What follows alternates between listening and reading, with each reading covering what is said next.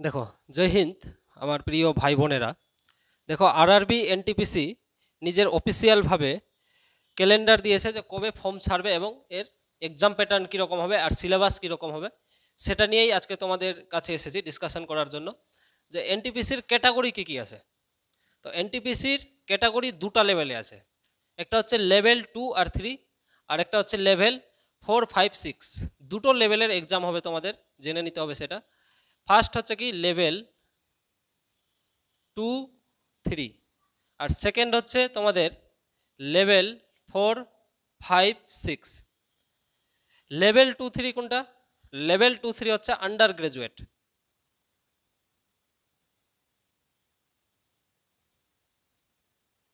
আর level 4, 5, 6 কোনটা? এটা হচ্ছে গ্রাজুয়েট।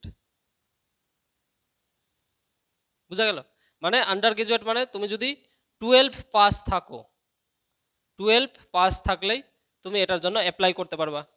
আর গ্রাজুয়েট হচ্ছে কি 12-এর সঙ্গে সঙ্গে তোমাকে গ্রাজুয়েট থাকতে হবে, তবে তুমি এটাতে অ্যাপ্লাই করতে পারবে। বুঝা গেল? তো দুটো লেভেলে তোমাদের ভ্যাকেন্সি থাকবে এনটিপিসির ক্ষেত্রে, একটা হচ্ছে গ্রাজুয়েট আর একটা হচ্ছে নন গ্রাজুয়েট। এবার ফর্ম কখন ছাড়বে? তো ওদের অফিসিয়াল যেটা ডেট দিয়েছে, ক্যালেন্ডার দিয়েছে, তো ক্যালেন্ডার হচ্ছে জুলাই থেকে সেপ্টেম্বরের মধ্যে। জুলাই থেকে সেপ্টেম্বরের মধ্যে ক্যালেন্ডার দিয়েছে যে এর মধ্যে ছাড়বে।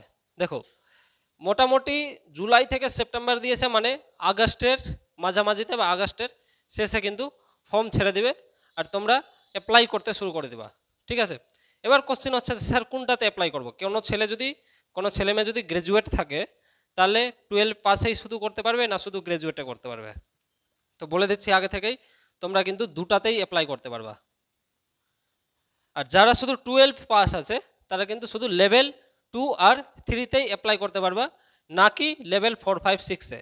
আর যারা গ্র্যাজুয়েট আছে তো ওরা কিন্তু দুটোতেই অ্যাপ্লাই করতে পারবা, তোমাদেরকে দুবার ফিস কাটাতে হবে। ঠিক আছে? আর এটার জন্য আলাদা এক্সাম, আর লেভেল 4, 5, 6-এর জন্য আলাদাভাবে এক্সাম দিতে হবে। এবার এক্সামের সিস্টেম কি হবে এক্ষেত্রে?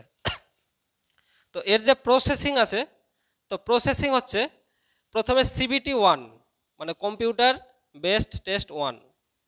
সিবিটি 1 যদি কোয়ালিফাই হতে পারো তাহলে তুমি নেক্সট হচ্ছে সিবিটি 2 দেওয়ার জন্য চান্স পাবে। সিবিটি 2, সিবিটি 2 যখন হয়ে যাবে তখন শুধুমাত্র লেভেল 2 আর 3-এর জন্য টাইপিং টেস্ট হবে, আর লেভেল 4, 5, 6-এর জন্য কিন্তু টাইপিং টেস্ট হবে না। এটা কথা মাথায় থাকে যাতে। তারপরে দেখো, টাইপিং টেস্টের পর হচ্ছে তোমাদের ডকুমেন্ট ভেরিফিকেশান হবে, ডিবি হবে, ডকুমেন্ট ভেরিফিকেশান। ডকুমেন্ট ভেরিফিকেশান যখনই হয়ে যাবে তোমাদের, তারপর হবে তোমাদের মেডিকেল ফিটনেস চেক করবে। তো মেডিকেল চেক করবে তোমাদের,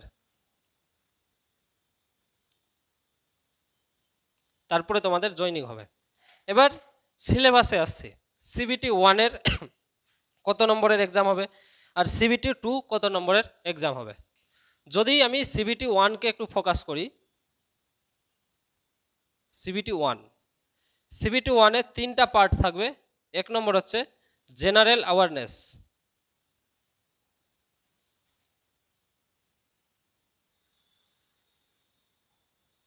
2 নম্বরে থাকবে তোমাদের ম্যাথামেটিক্স,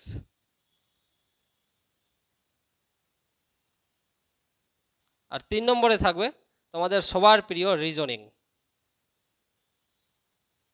এই 3টা টপিক তোমাদের এক্সামে থাকবে। ঠিক আছে?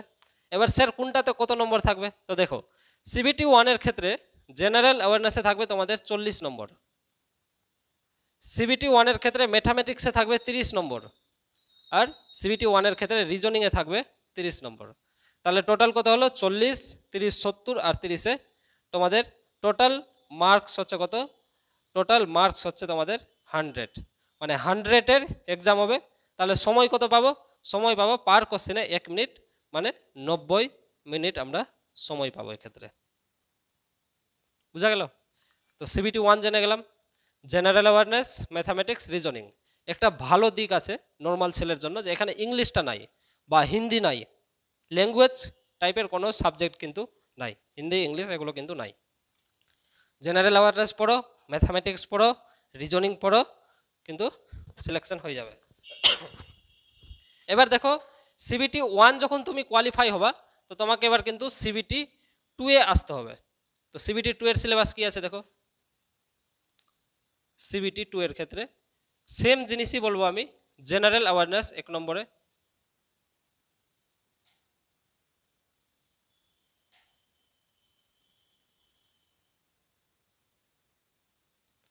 দুই নম্বরে আবার একই রকম ভাবে ম্যাথামেটিক্স, আর 3 নম্বরে হচ্ছে তোমাদের সবার প্রিয় রিজনিং। তাহলে কোশ্চেন আসতে পারে তোমাদের মনে, যে আগে 100 নম্বরের ছিল 40, 30, 30, এবারও কি সেম হবে? না, এবার একটু ধাপটা এগিয়ে যাবে। এক্ষেত্রে তোমাদের জেনারেল অ্যাওয়ারনেস থাকবে 50টা কোশ্চেন, 1 নম্বর করে 50টা কোশ্চেন। ঠিক সেরকমই যেমন জেনারেল অ্যাওয়ারনেসে বাড়ছে, ম্যাথামেটিক্সেও বাড়বে। 30 ছিল আগে সিবিটি 1-এ, এবার হয়ে যাবে 35টা কোশ্চেন। রিজনিংয়েও ঠিক আগে 30টা ছিল, সিবিটি 2-র ক্ষেত্রে হয়ে যাবে 35টা কোশ্চেন। তাহলে টোটাল যদি করো তোমরা, তো দেখো কত হচ্ছে টোটাল করে পাবা 35, 35, 70 আর 50-এ 120 হচ্ছে তোমাদের টোটাল মার্কস সিবিটি 2-এ। সিবিটি 1-এ 100 মার্ক 90 মিনিট, আর সিবিটি 2-এ 120 মার্ক একই সময় 90 মিনিট। এক্ষেত্রে কিন্তু তোমরা সময়টা কম পাচ্ছ, ধ্যান রাখতে হবে সেটা। মানে তোমাকে আগে থেকে কিন্তু বেশি গতিতে চলতে হবে। এবার যখনই তুমি সিবিটি 1 পার করে গেছো, তোমার কিন্তু কম্পিটিশন এবার সবাই সিবিটি 1 পাস করা মানে ভালো ছেলের সঙ্গে হবে। তো তোমাকে এবার নিজের গিয়ারটা বাড়িয়ে দিতে হবে, সময়ের সঙ্গে গিয়ার পরিবর্তন না করলে কিন্তু গাড়ি সঠিক জায়গায় সময়ের মধ্যে পৌঁছাতে পারবে না। ঠিক সেরকমই তোমাকে 90-এ 100টা করছিল, এবার 90-এ 120টা কোশ্চিনের ক্ষমতা আনতে হবে তোমাকে। বোঝা গেল সিবিটি 1 আর সিবিটি 2। এবার হচ্ছে পার কোশ্চিনে কত মিনিট, পার কোশ্চিনে কত মার্ক থাকবে, তো দেখেই বুঝতে পারছো। প্রত্যেকটা কোশ্চিনে একটা কোশ্চিনের জন্য 1 মার্ক পাচ্ছ। আর নেগেটিভ কীরকম থাকবে, নেগেটিভ মার্ক, নেগেটিভ তোমাদের অন্যান্য এক্সামের মতো ঠিক 1/3 তোমাদের নেগেটিভ কাউন্ট করা হবে। বোঝা গেল? তো এটা ছিল তোমাদের এনটিপিসির সিলেবাস, আর এটা ছিল কি তোমাদের প্রসেসিং, যে কিভাবে সিলেকশনটা হবে। এবার দেখো, এবার কিন্তু এজের জন্য একটা বিশেষ ছাড় দেওয়া হয়েছে। আগে এনটিপিসির ক্ষেত্রে এজ লিমিট ছিল 18 থেকে তোমাদের 28, এইটা এজ লিমিট ছিল এর আগে যখন ভ্যাকেন্সি বেরিয়েছিল। এবার মিডিলে কিন্তু প্যান্ডামিক ছিল, করোনার সময় ছিল, করোনার সময়ের জন্য অনেক ছেলেমেয়ের বয়স সেটা শেষ হয়েছে, তাই না? তো ওই জন্য কী করেছে, যেটা লেভেল 2 আর 3 আছে তার জন্য এজ লিমিট করা হয়েছে 18 থেকে, 28 থেকে বেরিয়ে করেছে কি 30, মনে রাখবা এটা। তো এবার কিন্তু যাদের এজ 30 হয়ে গেছে তারাও কিন্তু অ্যাপ্লাই করতে পারবা। এবার যাদের এখানেও ছিল কি, এখানে একটু আরও বেরিয়েছে 18 থেকে 33, গ্র্যাজুয়েটওয়ালা যারা আছো তাদের কিন্তু 18 থেকে 33 আরেকটু সুবর্ণ সুযোগ হয়ে গেছে, ঠিক আছে? আর এইচএস যারা আছে তারা কিন্তু 18 থেকে 30, আর গ্র্যাজুয়েট যারা আছে 18 থেকে 33। তো অনেকেই তাহলে এবার সুযোগ পেয়ে যাচ্ছে, যারা ভেবেছিল যে রেলের চাকরিতে আর আমাদের কপালে নাই, কিন্তু ওরা কিন্তু ভালো এবার সুযোগ পেয়ে যাচ্ছে। 33 বছর অবধি চান্স পাওয়া মানে একটা এখানেই বিশাল একটা ব্যাপার। তো তোমরা এখন থেকেই রেডি হয়ে যাও, আগস্টে অ্যাপ্রক্স আগস্ট বা সেপ্টেম্বরের শুরুতে কিন্তু ফর্ম ফিল আপ শুরু হয়ে যাবে, ফর্ম ভরে নিবা। সিলেবাস বলে দিলাম আনুমানিক। এবার মনে হতে পারে যে ম্যাথে কী পড়বো, দেখো এখানে কিন্তু কোনো বাদ দেওয়া যাবে না চ্যাপ্টার। 30 নম্বর রিজনিং আসছে, এখানে 35 নম্বর রিজনিং আসছে, 35 নম্বরের অঙ্ক আসছে, আর 35-30 নম্বরের অঙ্ক আসছে। মানে একটাও চ্যাপ্টার ছাড় দেওয়া যাবে না। চ্যাপ্টার ওরা উল্লেখ করবে, কিন্তু তুমি একটা চ্যাপ্টারের মাধ্যমে যে 5টা কনসেপ্ট জানতে পারবা সেটা কিন্তু অন্য চ্যাপ্টারে কাজে লাগবে। ওই জন্য এত নম্বর করে ম্যাথের উপর ডিপেন্ড আছে, এত নম্বর রিজনিংয়ের উপর ডিপেন্ড আছে, অথচ ম্যাথ আর রিজনিংয়ের কিন্তু একটাও চ্যাপ্টার ছাড় দেওয়া যাবে না। যতগুলো চ্যাপ্টার আছে 25 থেকে 30টা চ্যাপ্টার, সম্পূর্ণ চ্যাপ্টার কিন্তু ম্যাথ আর রিজনিং করতে হবে। জেনারেল অ্যাওয়ারনেসে কী কী পড়বা, জেনারেল অ্যাওয়ারনেসে তোমরা হিস্টোরি পড়তে হবে, জিওগ্রাফি পড়তে হবে, পলিটি পড়তে হবে, ইকোনমি পড়তে হবে, আর তার সঙ্গে স্ট্যাটিকের ভালো ওয়েটেজ আছে বর্তমান পরীক্ষাগুলোতে, তো স্ট্যাটিক পড়তে হবে। একই রকমভাবে যেমন বর্তমানে অলিম্পিক খেলা চলছে, তো খেলাধুলা সম্বন্ধে মনে রাখতে হবে, সঙ্গীত সম্বন্ধে আমাদেরকে জানতে হবে। তো মনে করতে পারো কারেন্ট অ্যাফেয়ার্স, সিএ তোমাদেরকে পড়তে হবে, ঠিক আছে? দর্শন এগুলা ভালো ওয়েটেজ আছে, 40 নম্বর আর 50 নম্বর, কিন্তু জিকেও ভালো করে এখানে পড়তে হবে। জেনারেল সায়েন্স ছেড়েই দিলাম, হ্যাঁ, ফিজিক্স পড়তে হবে তোমাদের, তারপরে কেমিস্ট্রি পড়তে হবে, একই রকমভাবে বায়োলজি পড়তে হবে, এনভায়রনমেন্ট পড়তে হবে, পরিবেশ পড়তে হবে।